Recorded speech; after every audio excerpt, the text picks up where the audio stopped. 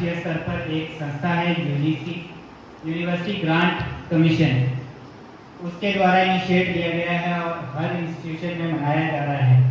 तो आज इस इंस्टीट्यूशन में हम इसीलिए इकट्ठा हुए हैं ताकि हमें रैगिंग के बारे में कुछ मूलभूत जानकारी प्राप्त हो, या फिर आपके साथ कोई रैगिंग जैसा इंसिडेंट होता है, उस स्थिति में आप क्या करें। सबसे पहले हम इसके बारे में जानेंगे कि रैगिंग होती क्या है। रैगिंग कोई एक कार्य या फिर एक से अधिक कार्य हो सकता है जो आप एक्सपीरियंस कर सकते हैं या फिर उसका विटनेस बन सकते हैं। इसमें क्या क्या आपके साथ हो सकता है या करवाया जा सकता है, उसके बारे में मैं आपको बताऊंगा। पहले तो मुझे लगता है कि इस इंस्टीट्यूशन में जो रैगिंग का कोई इंसिडेंट आज तक नहीं पाया गया है, ना ही आप उससे परिचित होंगे, और ये हमारे लिए बहुत अच्छा है। लेकिन कहीं ना कहीं जो स्टूडेंट्स है या स्टूडेंट है किसी वजह से, किसी दूसरे छात्र की वजह से परेशान रहता है या फिर उसको अपने आत्मविश्वास में कमी महसूस होती है, जिसकी वजह से वो अपने आप को आगे नहीं रख पाता, तो इस तरह की स्थिति पैदा हो सकती है किसी भी कारणवश से, किसी भी कार्य से, किसी भी व्यवहार से, किसी भी आचरण से। तो उनको जानने की कोशिश करेंगे कि ये कौन कौन से इंसिडेंट या कार्य हो सकते हैं जिसकी वजह से आपको ये परेशानी या नुकसान उठाना पड़ सकता है।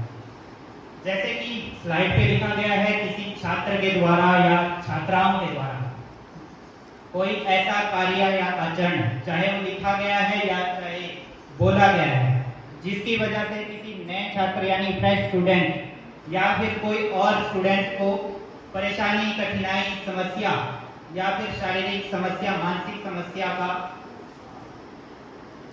को उठाना पड़ रहा है, ऐसा कोई भी कार्य रैगिंग के तहत गिना जाएगा।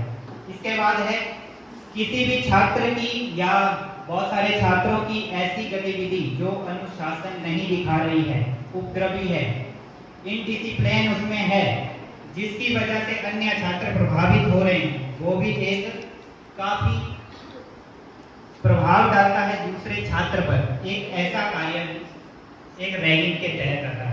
इसके बाद जो आगे है, कोई छात्र अगर आपको या फिर किसी भी स्टूडेंट को या फिर फ्रेश स्टूडेंट को ऐसा कार्य करने के लिए कहता है जो संभवतः आप नहीं कर सकते, जिसको करने से आपको शर्म महसूस हो, शर्मिंदगी महसूस हो, या फिर उसको करने से आपको पीड़ा महसूस हो, या फिर आपके जीवन पर, आपके रोजाना शैक्षणिक गतिविधि पर वो प्रभाव डालता हो, इस तरह की गतिविधि भी रैगिंग के तहत गिनी जाएगी। इसके बाद है, यदि कोई वरिष्ठ यानी सीनियर स्टूडेंट या कोई और स्टूडेंट आपको अपना कार्य करने के लिए फोर्स करता है या फिर करने के लिए फोर्स करता है, जैसे कि आपको असाइनमेंट्स दी जाती है या फिर कोई और कार्य दिया जाता है, वो कार्य अगर आप किसी दूसरे स्टूडेंट से प्रभावशाली रूप से करवाना चाहते हैं, वो भी एक रैगिंग है। ठीक है। इसके बाद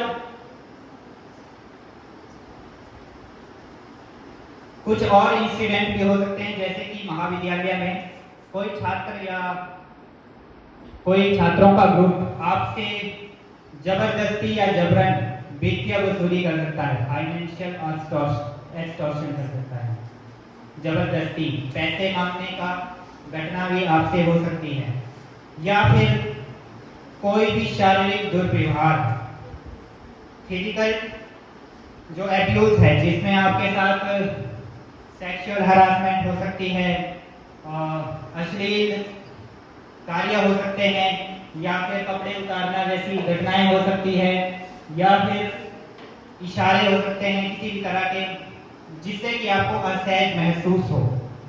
ये भी एक रैगिंग का कार्य है, ये सब रैगिंग के अधीन आता है।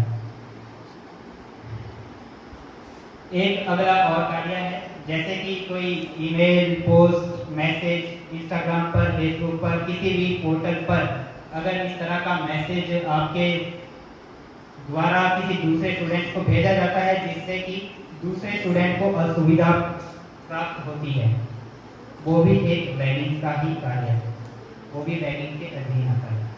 तो ये सब बातें आपको किसी ना किसी कारण से प्रभावित कर सकती है, आपके जो शैक्षणिक जीवन को प्रभावित कर सकती है, आपको इस संस्थान में या फिर किसी अन्य संस्थान में असहज महसूस कर सकते हैं।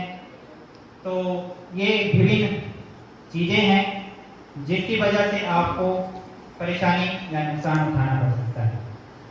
अब मैं ये बात कहना चाहूँगा कि काफ़ी सारे बच्चे ये सोचते हैं कि ये ट्रेडिशन है, परंपरा है किसी इंस्टीट्यूशन की, कि अगर हम इसको एक्सपीरियंस कर रहे हैं या फिर इसका विटनेस बन रहे हैं तो ये स्वाभाविक चीज़ है।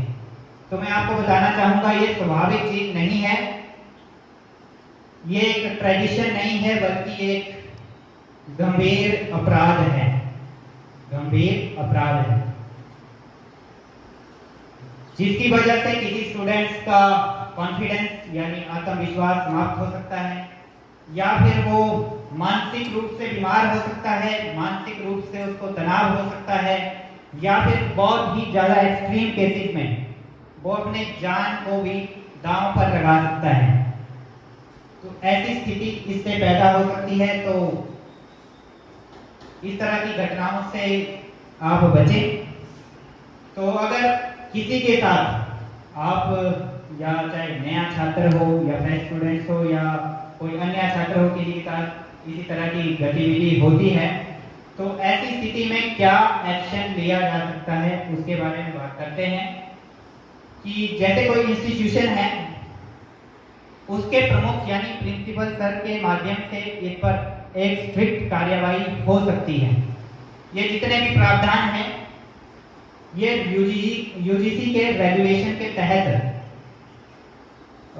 निर्धारित किए गए हैं। यूजीसी ने 2009 में इसके खिलाफ एक रेगुलेशन पास किया था, जिसमें ये सब बातें कही गई है कि अगर ऐसा कोई इंसिडेंट पाया जाता है कॉलेज में या इंस्टीट्यूशन में, तो इसके खिलाफ संस्था का प्रमुख या फिर संस्था के प्रमुख के द्वारा नियुक्त की गई कमेटी या एंटी रैगिंग स्क्वाड, उसके द्वारा इस पर सख्त कार्यवाही की जाती है। अगर ऐसी कोई घटना आएगी तो सर्वप्रथम उसको 24 घंटे के अंदर स्थानीय एंटी रैगिंग स्क्वाड या एंटी रैगिंग कमेटी को ये जानकारी प्रदान की जाती है। साथ में ये स्थानीय क्षेत्र में जो पुलिस है उसमें एफआईआर करवाई जाती है। जब तक पुलिस और स्थानीय कमेटी जो होगी उस पर एक्शन करेगी, उसकी प्रतीक्षा किए बिना संस्था की कमेटी और संस्था प्रमुख इस पर एक्शन करती रहेगी, इसकी प्रॉपर जांच करेगी और इसके बारे में निर्णय पर पहुंचने की कोशिश करेगी। तो इसको अधिक ज़्यादा समय तक उस घटना को ना रखा जाए, यानी त्वरित प्रभाव से उसका हल निकालना संस्था का कर्तव्य रहता है। इसके बाद अगर इस तरह की घटना में किसी छात्र या छात्राओं को दोषी पाया जाता है तो उसके खिलाफ क्या कार्यवाही संस्था के द्वारा या प्रशासन के द्वारा किया जा सकता है। पहली बात तो अगर पुलिस के माध्यम से उस इंसिडेंट की जांच की जाती है तो जो भी पेनल कोड के द्वारा निर्धारित क्राइम अपराध के द्वारा निर्धारित किया जाता है दोष, उसके तहत सजा हो सकती है।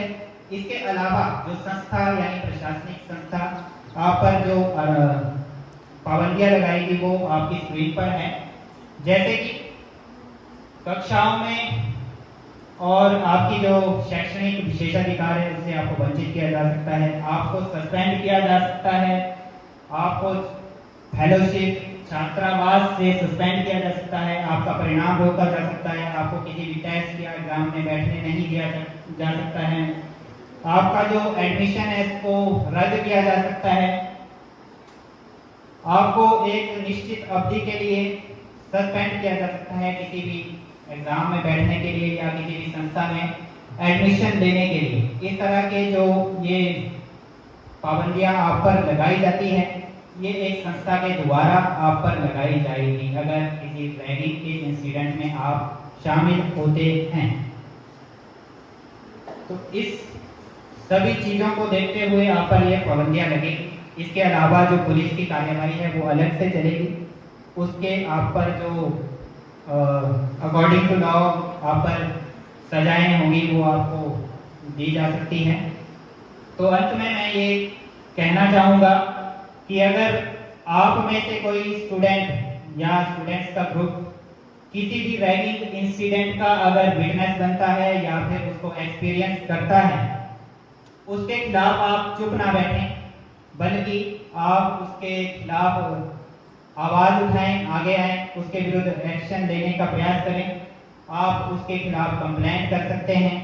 महाविद्यालय में आपकी एंटी रैगिंग कमेटी होती है, एंटी रैगिंग विभिन्न दस्ते हो सकते हैं, तो उनके समक्ष आप अपनी कंप्लेंट रख सकते हैं या फिर डायरेक्टली आप महाविद्यालय के प्रमुख यानी प्रिंसिपल सर से डायरेक्टली कंप्लेंट कर सकते हैं। तो ज़्यादा ना कहता हुआ ये रैगिंग के बारे में थोड़ी सी ब्रीफिंग थी। अगर आपके साथ किसी तरह से ये इंसिडेंट पाए जाते हैं तो आप इसके विरुद्ध आवाज़ उठा सकते हैं। तो अब मैं आग्रह करूंगा आज के मुख्य अतिथि principal sir professor Upendra Sharma से कि आप मंच पर आएं और हम सबको और आप सभी छात्रों को अनुग्रहित करें। Please sir.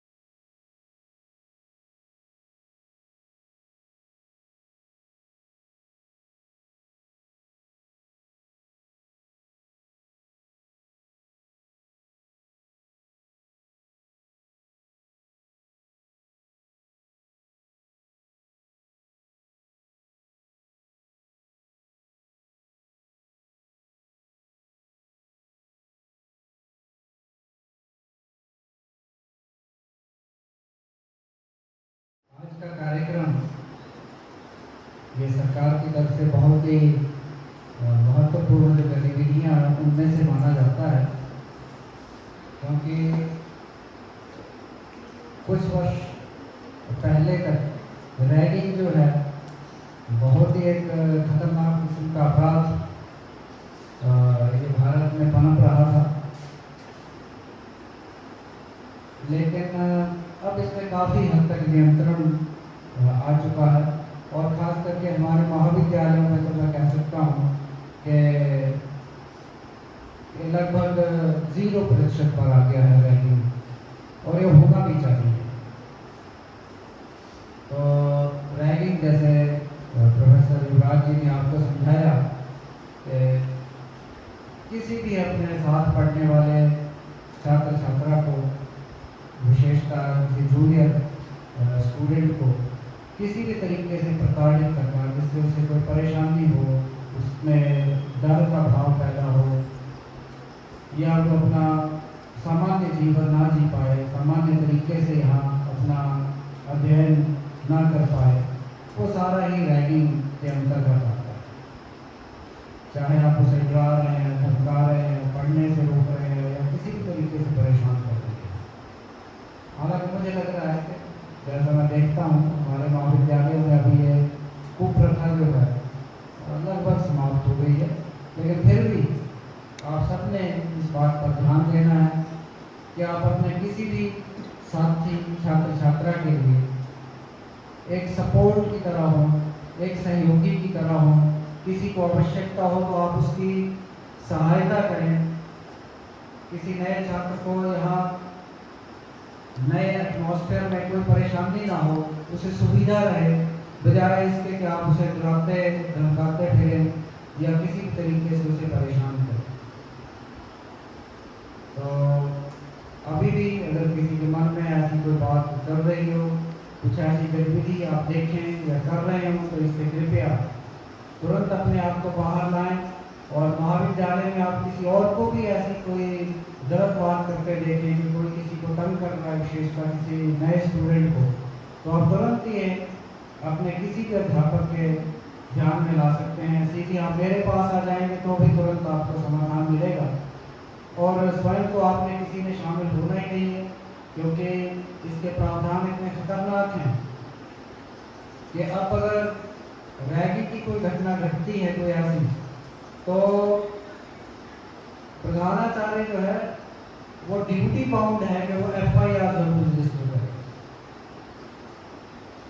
मतलब जैसे कॉलेजों में स्कूलों में होता है कि टीचर ही डांट डपट करके मामला निपटा देता है, या ज़्यादा से ज़्यादा प्रिंसिपल के पास मामला जाएगा, थोड़ा डांट डपट हुई और कोई फाइन किया और हो गया मामला रफा दफा। लेकिन अब प्रिंसिपल भी इसके लिए ऑथोराइज नहीं है। बाकी वो जैसे जो मर्जी अपना समझाते रहें बच्चों को, जो मर्जी करें, लेकिन प्रिंसिपल इस ड्यूटी बाउंड कि वो FIR रजिस्टर करें कि पुलिस में यानी पुलिस केस बने। तो इससे हमेशा ही आपने चौकन्ने रहना है, किसी भी ऐसी गतिविधि में शामिल नहीं होना है।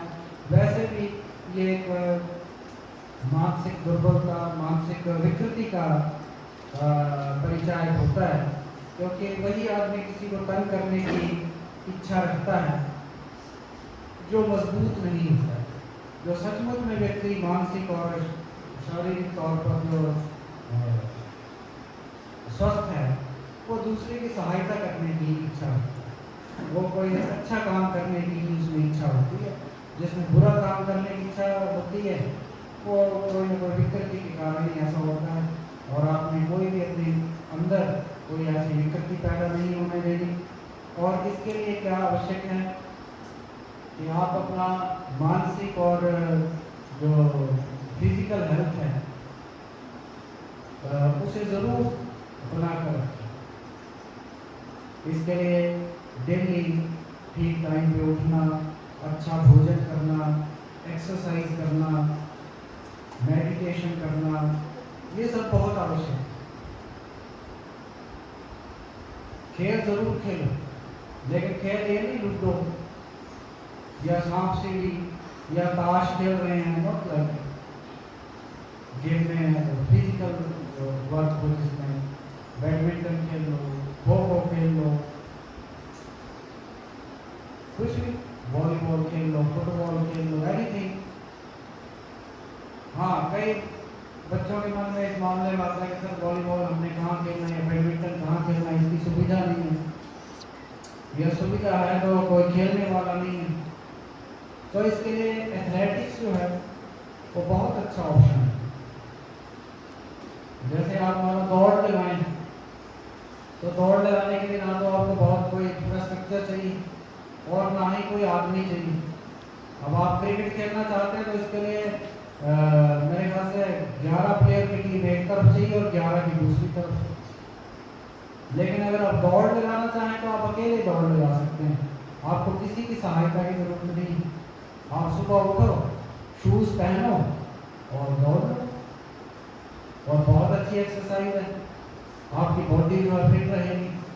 और एक बात का ध्यान रखें कि जो मेंटल फिटनेस है that is also part of the overall physical fitness. आजकल लोग कहते हैं कि मेंटल टेंशन बहुत हो रही है या लोग बहुत डिप्रेशन में जा रहे हैं। क्यों जा रहे हैं? ये कोई अलग बीमारी नहीं है। जब आप कुछ काम नहीं करेंगे, मोबाइल में पूरा दिन घुसे रहेंगे तो क्या होगा? आपका शरीर कमजोर होगा। तो शरीर के कौन कौन से अंग कमजोर होते हैं जब आप बैठे रहेंगे, कुछ काम नहीं करेंगे पूरा दिन, तो मोबाइल में घुसे रहेंगे।